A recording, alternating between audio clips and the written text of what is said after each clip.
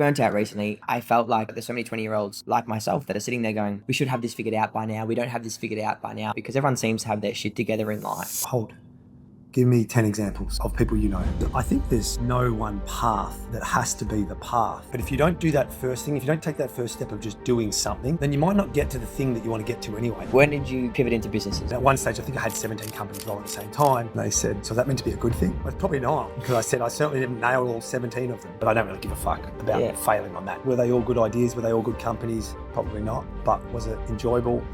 Yeah, it's been great. Joshy, it's been a week, mate. Thanks for joining me for dinner. Cheers. Cheers, thanks for having me. Johnny, my dad cooked up some lasagna for us. Do you like lasagna? Mm-hmm. Feels good. Of course. Hey, I'm not going to say on record that I don't anyway. You'd be like, I don't like lasagna. We've done all this effort for us to be here for lasagna. Hey, it's been a week and I've been diving into my 20s recently. I feel like I am a bit of a hot mess. I admire and I have so much admiration and I really look up to you and what you do and your energy and who you are as a person. Tell me about your 20s. I'm so fascinated about your 20s. Well, I'm not really a nostalgic sort of person. I seem to be future gazing mostly in the present. So I don't do that much looking at my 20s, but I think it's actually a great idea. I think living in your past, present and future with equal worth is probably a good idea. So thanks, here I am. I'll live in my past for a bit. Yeah, no. My 20s? Why not only? Well, my 20s, I was at Melbourne Uni studying arts, and then that became late Renaissance English history that I majored in. Wow. Doing a shitload of weights. There was a whole crew of friends. We're called the Chop Boys. The Chop Boys? Chop Boys was about you wear a t-shirt or a jumper and nobody knows you've got chop under the shirt, and then you take it off and you fucking rip it out. And it's the Chop Boys. So we're at Melbourne Uni, having a great time there, majoring in English and history. Just hacking it out. I didn't have any money, didn't really want to work, so I didn't really work. We just hacked it out. I lived in a one-bedroom apartment with my brother that my mum sorted out for us to buy for like $50,000, and just to hack out $50 a week. Yeah. And so we just had no money, dishes piled up, and just we were really just working on who we were as people. And I think it's probably reasonable to say that a lot of people, the 20s, you're just trying to work out who you are and what's going on. It's a bit of a hustle. And I also had a great time. I mean, I played a lot of basketball. Yep. I was writing novels and just doing lots of interesting stuff. I did lots of social experiments. There was a book called 101 Experiments in the Philosophy of Everyday Life by a French author, and it was, hey, Josh, how you going? You'd call out on the street to yourself. You'd try these things out. We'd put blindfolds on and wow. I'd walk to the city. We'd go to the city blindfolded, or it was all sorts of stuff we did anyway that was sort of really great at developing who you are and expanding your idea of what it is to feel okay doing different things. Yeah. So doing that sort of stuff, was studying acting at it for a while there. Studied with Rachel Griffiths for a small amount of time. Was this like mid-20s or early 20s? Or? This was I can't remember when that was actually. That was probably even earlier maybe. Yeah. And then probably the some of the things that really I think would say that defined my 20s would be trying to hustle along to get things happening. And as things evolved, I was studying late Renaissance English history at Melbourne Uni. Yeah. I was doing therapy with autistic kids, ABA therapy, applied behavioural analysis. Wow. And I was stripping. So I was a stripper at Mandate Male Review Dancers. So I had these three things like and they're all so different too. Yeah, it was a real dichotomy. And it's probably just that's sort of what I'm like. I guess I've always had diverse interests in. So, the 20s was just full of trying shit out. Yeah. Knowing that I wasn't going to be really ever working in a job. I never really thought about the idea. Yeah. But I wasn't against the idea. Yeah. I just knew I just didn't think I would ever do that, and I never have. And did you, so when you're in your 20s, do you sit there and go, like, were you just kind of being free and just giving everything a try? And was it the fact of not wanting to commit to something for the whole time, like as a job, like a 9 to 5? Was like, I want to have the freedom and flexibility to just live every moment during this time? No, I didn't really think about having a job, so that wasn't even on the table really. I just didn't think about it. Like I can't explain it. It just wasn't a thought I had that I would work doing a job to get money. I just don't think anything is really worthwhile doing to get money in a way. I know that, like, of course, I'm doing plenty of things to get money, but there's also the idea of, you know, my sort of philosophy in life, you know, for my working life has been, you know, where commercial and creativity meet. And if they don't meet, I don't want to do something that's just creative, like, you know, writing kids' books for my mum isn't interesting, but that I've written, you know, kids' books for Scholastic and for, you know, commercial outlet that, you know, can get popular. Well, I'm glad that I did that, but I wouldn't just write for my mum or for my whatever. The same as I wouldn't do a logistics company because I think it's fucking boring.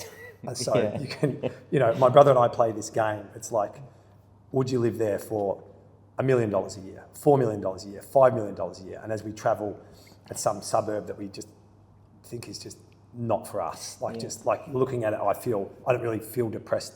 It's not a feeling I have, but sometimes if I drive through a suburb in the Broadmeadows and well, wherever it is, right? I don't know if you've noted this, by the way, but there's a lot of suburbs that I don't want to live in, and they've got nature in their titles. Broadmeadows, sunshine. You know, they've always got like garden, vale, or, you know, whatever it is. Vale and they've always got like vale these sort of things. Anyway, side point. I didn't really think about getting a job. So it wasn't avoiding having a job, and it wasn't trying to do anything. I was definitely doing entertainment-related stuff. Yeah.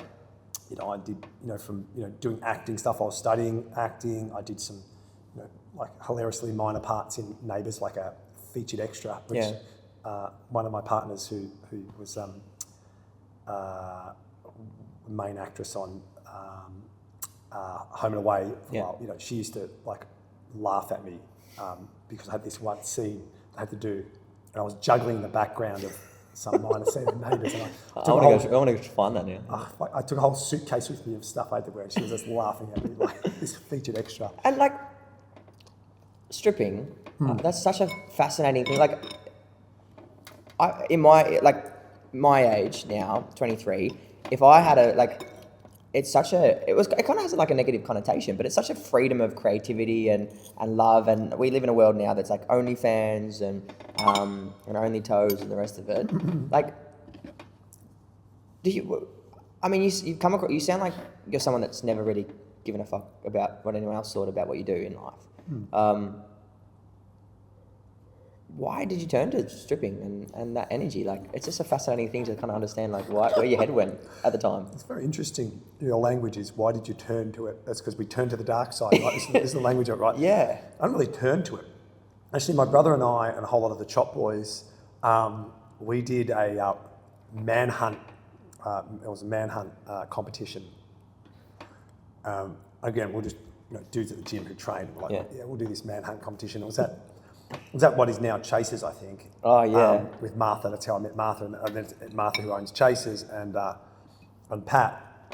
And so we did this mandate mail review. We did this manhunt competition, and my brother came first, and I came second. And one of the prizes, my brother then went on to do the national one, and then we were offered to do the stripping part. My brother chose not to, and I was like, for sure. That's crazy. I love it. You know, like fun. And I've always been a good dancer and always enjoyed and loved dancing.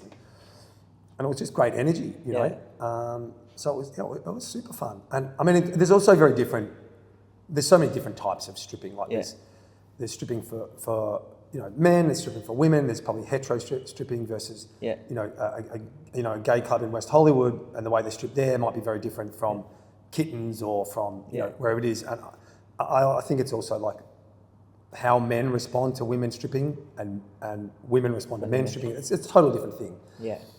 And also it's about how you feel. Like, I mean, I know enough strippers, both male and female, some of them are good and enjoy it. Others are like, it's a grind and it upsets them. Yeah. And some are like fine with it until they're not fine with it, and then they need to have a break from it. And then OnlyFans, I guess that's a whole another thing. I mean, I feel like a lot of people are like, a lot of women that are stripping in the current day are like, so I could work at a cafe for $20 an hour, or I can work, or I can, I can show my vajayjay and get way more, right? And I guess if I had a vajayjay, I might go, let's roll. I don't know. I mean, I've been a waiter. I like serving coffees, so I don't know. It's a way up. Yeah, it's fascinating. I go through this thing at the moment that I just hit a bit of a burnout, and I've done what have done in creativity and photography and always kind of pioneering for such a long time. I've been always caught in it though, and burnt out recently, mainly because I started to really overconsume social media, and that I felt like I'm not living my 20s, I'm not doing enough in my 20s, and I feel like there's so many 20-year-olds like myself that are sitting there going, oh, we're running out of time, we don't have enough time to do this sort of stuff, or we should have this figured out by now, we don't have this figured out by now. And I feel like it's from a lack of perspective that we all feel, because everyone seems to have their shit together in life. Well, hold. Firstly, I'd check that last statement. Yeah. Everyone seems to have their shit together in life. Yeah. Give me 10 examples of people you know. You don't have to do it live, but No, yeah, true. I mean, you'll probably, most people, if you were to say to most people, give me 5 examples of people in your life that you have got their shit together. It's actually very rare. That's firstly. Secondly, is I think that certainly for my generation and other generations that I know of, I think the 20s is people trying to figure themselves out. And so I think a lot of the journey that you're going through, while yours is heavily laden with social media, which is a whole nother layer, I think it's a similar journey that many people have been on for their 20s. So I think, that doesn't mean I'm taking away from it being unique to you, but also it's a common thing. I mean, maybe in a world where, where there weren't as many choices, then maybe there's less to figure out, and maybe there's past generations where, you grow up, you get to your 20s, you get married, and you have a family, and maybe that's true, but we might just be simplifying the psychology of the past because we don't really understand it. We don't understand the nuances of the past, and we're so entrenched in our current day, our current present thinking, and that you feel that this is unique to you and that other people haven't gone through this in the same way. And I think that's probably what it is to be a human in the modern world, is actually that you do go through this. And that's okay. And it's also not okay because it's a real, it can be a very tough journey at times for many people and for a lot of people. And so I think that, it's worth checking in on, blanket metaphors and statements of everyone seems to have their shit together. It's like, hold, is that true? Byron Katie, who I mentioned before to you, she talks, one of her best known phrases is, and she has this great thing called the work, and she's quite brilliant, is, and how do you know that's true? And that's one of the things that so is that true? So it's like making a statement and then is that true? So people make all sorts of statements, generalise it, and then move on with it, and then we're left pretending like everyone has their shit together. That's the starting basis of it, and I don't have that. But if we go and check that first statement and go, well, maybe that's not quite true. And also, do you have to have your shit together? Is that a prerequisite? It's a desire point, and if you calmly go towards that, you'll probably be fine. So when did you pivot into businesses? Like, you, over the course of your time to this point, you've had, I think I was reading it like 9. You have 9, or you've had 9, or no, I've definitely had more than that. But okay, there was an article out in the Monthly once about me, and it started with this great story, a funny story. But I had these golden Bashuni shoes, and I was at a party in LA, and what's her name, Pamela Anderson asked to buy them to buy them from me, and I didn't sell them to her. She wanted them for her son's birthday. And in the article it says that I had 17 companies rolling at the time, which was true, and somebody who was doing very well in business, and they'd read the article and they were talking, and they said, "So that meant to be a good thing?" And I started laughing, and I said, "Well, it's probably not," because I said I certainly didn't nail all 17 of them. Yeah. I mean, at one stage, I think I had 17 companies rolling at the same time. Yeah. Can you tell me through what they were at the time? Oh, I couldn't remember them all, but some of the more interesting ones were, we had a Big Dog production. We had a production company. We had our own TV shows. Steve and I had You're on Foxtel too, weren't you? Yeah, we had our TV shows on Foxtel, but we did through Big Dog with WTFN, which is they've done The Living Room, Bondi Vet, and this sort of stuff. Yeah, wow. Still in chats with Steve Oemke and Ben Olm, both who were there, great guys. I've been to a wedding with Steve before, actually. I had a great chat with him. With Steve Oemke? Yeah. Yeah, Steve's a great guy. He was at my wedding, and Ben Olm was as well, who was the exec producer on our show. No way. He was the exec producer of Shark Tank, both those guys were. But, so we did, had a production company, had a condom company, Legends Condom, and Steve and I had no way. Had business cards, which was Steve was the Dutch fitting consultant, I was the Swedish fitting consultant. Had a beer company, East Night Brewing, which we did, amongst many other things. We're in Dan Murphy's across the nation, and we were the number one selling alcoholic ginger beer in Australia for a while, and we did a great collab with Snoop Dogg on the first ever hemp beer in Australia called Mango Kush. Holy shit. So we had all these. The Mango Kush still available? No, the company's all finished up. Wow. But yeah, it was just a sprawling mess of companies. And so I started at 27. I didn't really know what business was, and we sort of hacked out doing things. Yeah. And we just had a crack, and from doing one thing, it led to another thing. We would ended up running nightclubs, and then Ministry of Sound, Head Candy, Pasha, running all those under license in Victoria, and then that led to a touring company that we owned and partnered with Paul Dainty. Yeah. These all things everything just morphed into everything else, and it was just doing stuff, and just getting stuff done, and then that would move into the next thing. And were they all good ideas? Were they all good companies? Yeah. Probably not. Yeah. But was it enjoyable? Yeah. Yeah, it's been great. When you, for example, you shut one down or you finished it, did you ever sit there and were you kind of like, I failed at this? Or was it always like, no, actually, I gave it a crack. It was a part of my journey. It was part of my story. Like, it just was a building block? Yeah, how do I think about it?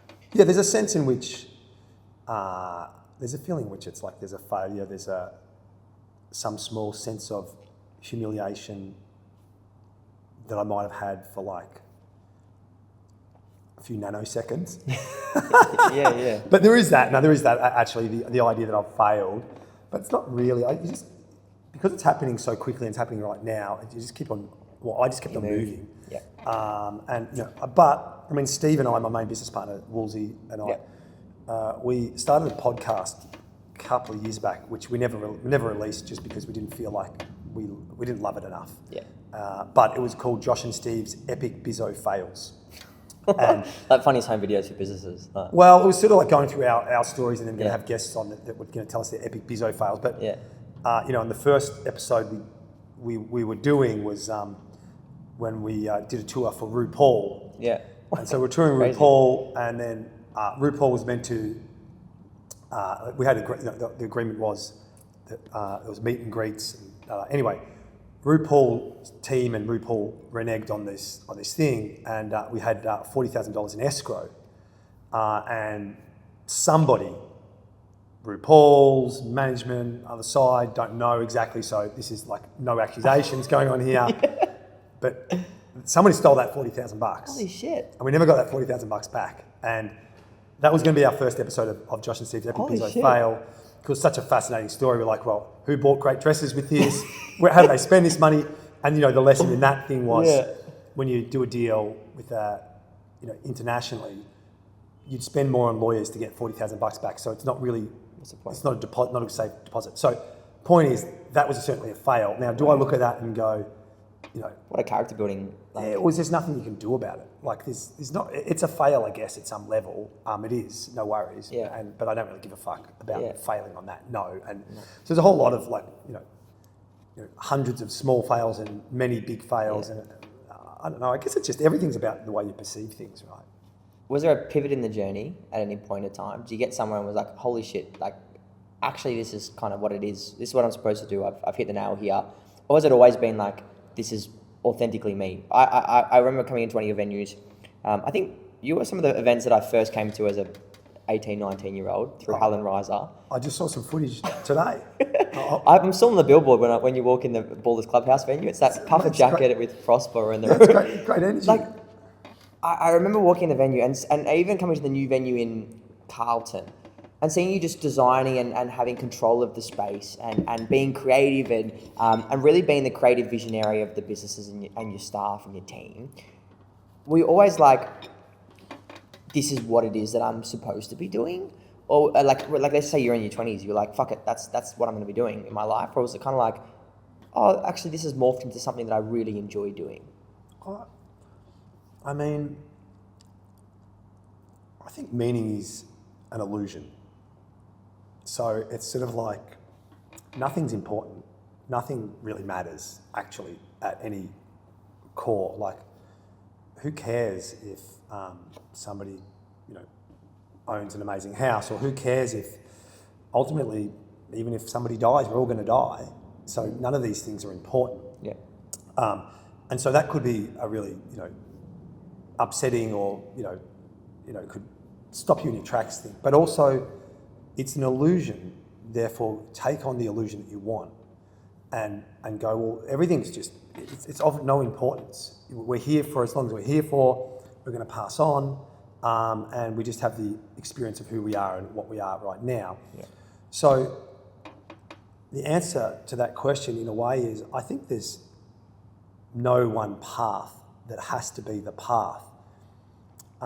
There's in quantum physics lately, there's the idea that alternative realities are a thing. They're a real thing.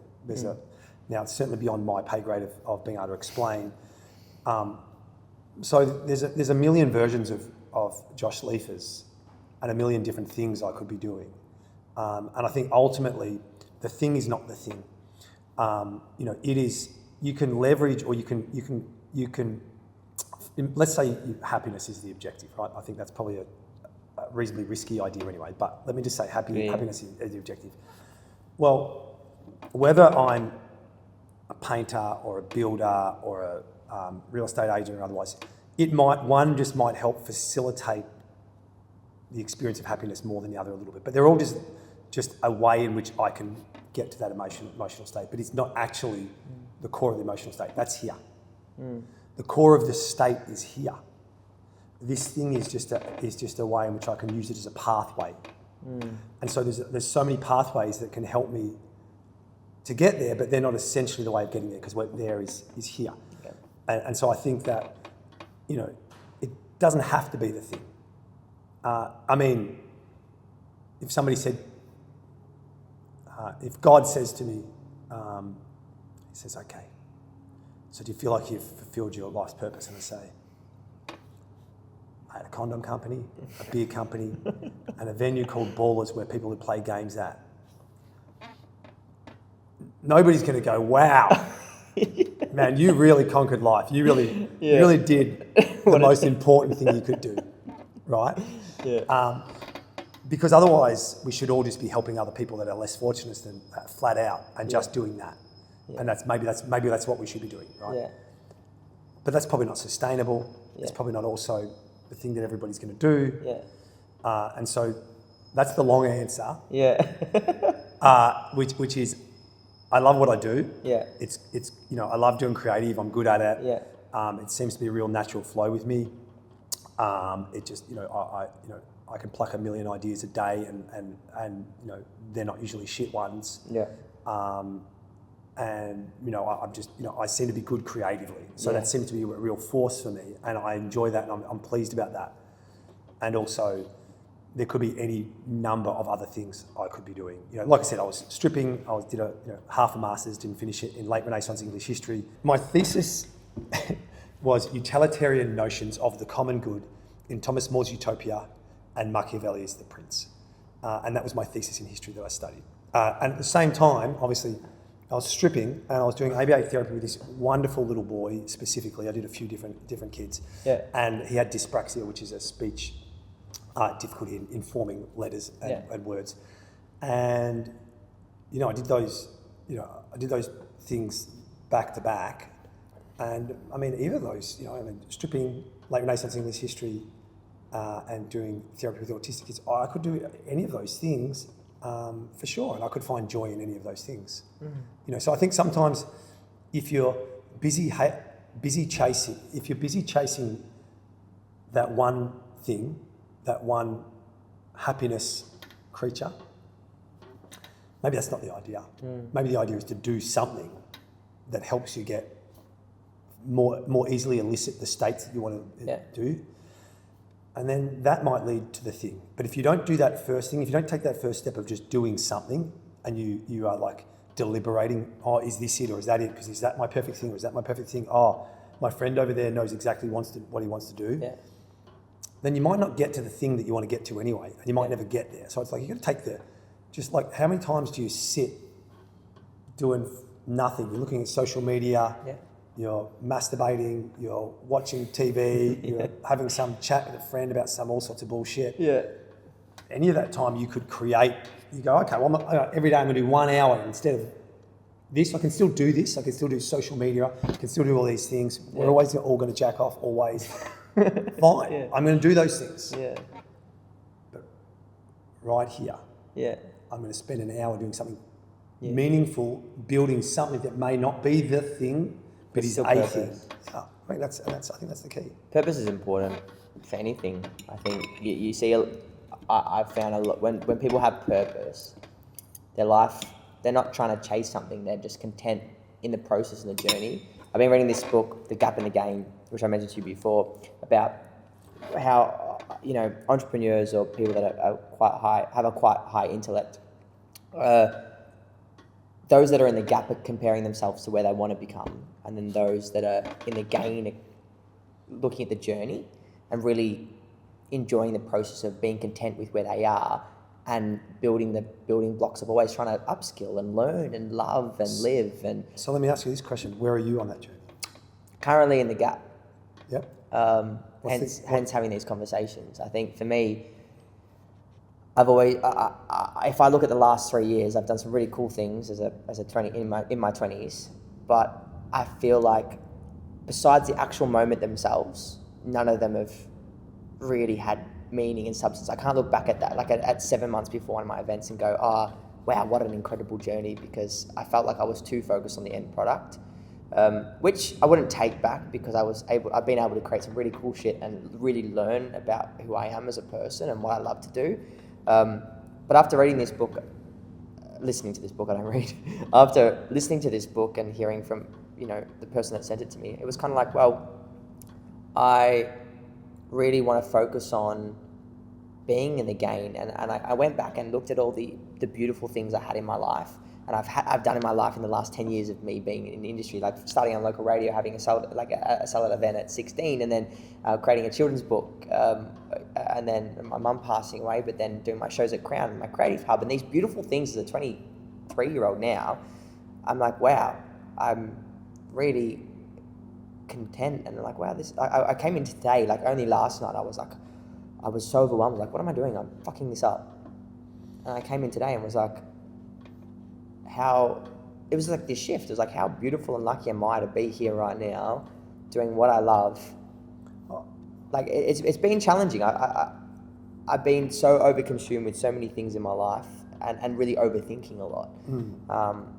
But one thing I've really starting to understand now is that sometimes it's better just to sit and enjoy rather than think too much about what I'm supposed to be doing, and just be really content of what I have right now because I've worked hard to get it.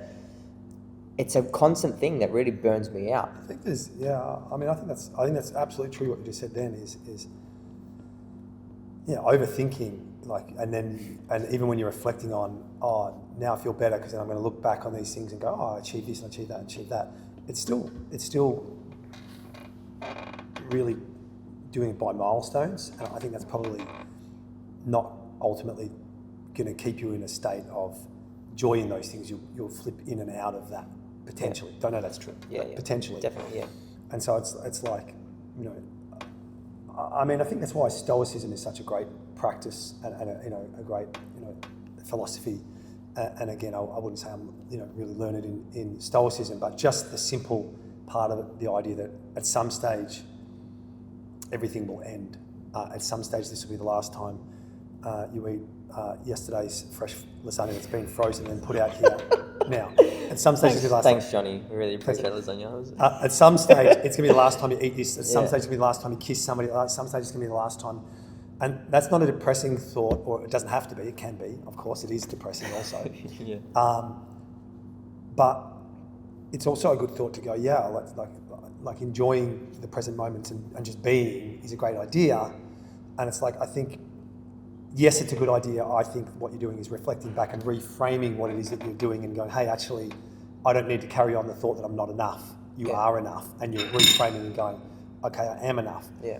And also, I think when you're just being, you'll be able to less deliberately have to overthink, am I worthwhile? Is this worth my time? Am I a good person? Am I achieving, all these, whatever, right? Yeah. Like some version of this is you probably won't need to do that because you'll just be being. And you'll just be in a state of being. And so I think that's probably a great state to get to, which is available to everybody immediately. But life isn't so simple. So it's like, we're achieving Zen. Yeah. It comes and goes, right, for most of us. But yeah, I definitely think that idea of like, yes, reframing what it is and understanding that you could be on your deathbed and have one way of looking at your past or another way of looking at the past. And you could die happy, you could die unhappy. Yeah. Because there's enough stuff that happens in your life where it's like terrible. Yeah. And you're like, wow, I acted like an idiot. Wow, I've failed here. I've done something awful here, or whatever that is. That can be one path. And then the other path can be all sorts of illuminating, beautiful, great things. Yeah. But I also just think just being in moments will mean you have to do less conscious reflection because you'll unconsciously be grateful and reflecting in the moment. Some version of that idea. Just taking that in. It's a beautiful thing to hear. I think it's scary navigating your 20s, but then when you put it into perspective, it's not. It's just it's overthought sometimes. I think I love. It gives me comfort actually hearing the perspective of your journey in your 20s, not working, just working on you and your experiences and lived moments and really just building that knowledge bank of, I just want to experience life. I want to see what I love and what I don't love, and that's a really beautiful thing to hear because it's like that breath of fresh air for me. I go, actually, I think you don't have to have this figured out. There's probably something, there is, I can't remember it exactly, but there's definitely well-trodden understandings of what it is to be in your 20s versus 30s versus 40s. Yeah. And of course that changes generationally. A past generation just coming out of war or something like that might have gotten married more quickly, gone and got a job, and that would have been like a really great thing. And then after, war times when, the world's more settled and getting a job's not, there's more choices and, there would be a different way of thinking. Different generations come out of different experiences, different traumas or different experiences. And so each generation is different, I'm sure. Yeah. And also there is a commonality in modern society around the 20s. And, you're doing a great job actually. Like if you just went on paper, you're doing epic stuff compared to 99% of the 20-something-year-olds, right? And you've got a great way of being, you're a lovely guy, you're motivated, you're treating people well, you're going at stuff creatively, you're living a really enjoyable experience. And so now I think it's just, as you said, it's just to start working on, and this is the same sort of stuff that we all had to work on in our 20s, is who am I? Stu Lander got it right. Yeah. Who the fuck am I? Yeah. And how am I going to be? Even things like, often people for a long time, and some people never get out of it, but they use like emotional manipulation as a way of being, as an example. Yeah. And at some stage, people can grow out of that, and after and then they'll start maybe they hit late 20s and they start just taking responsibility and going, I am responsible for what I'm putting out there in the world, and so it's not just a matter of what am I achieving, what is my career, am I do I have a relationship, am I all these things. It's also like, how am I thinking, how am I feeling, what am I putting out there, am I maturing in this way, and then those things just seem to happen during the 20s, and probably this generation and my generation and the one between is probably we've had extended teenage years. Yeah. And so the 20s was an extension of the teenage years. So it's still like, we're still like this really selfish, self-focused people, not selfish like nasty, selfish just like self-absorbed. Yeah. So it's like when you move beyond being self-absorbed and do other stuff, then we expand. And when we expand, we hit 30. maybe that's it. Wow. So yeah, there's some thoughts I've got around the 20s for sure. I'm so excited to go home and just like sit in bed and be like, just ponder. Hey, this is very special. Just hearing that advice, taking that in. I think what a beautiful moment that I get to have being here with you, just to absorb this over a glass of wine, mate. It's very special. Joshy boy. Cheers. Real thank pleasure, you, man. and on to the next part of my life, eh? Yeah, I mean, what a real pleasure to be here. And as I said, you're just an excellent human, doing excellent things. And I think just working on your state so you can be in a state of enjoyment is a good idea.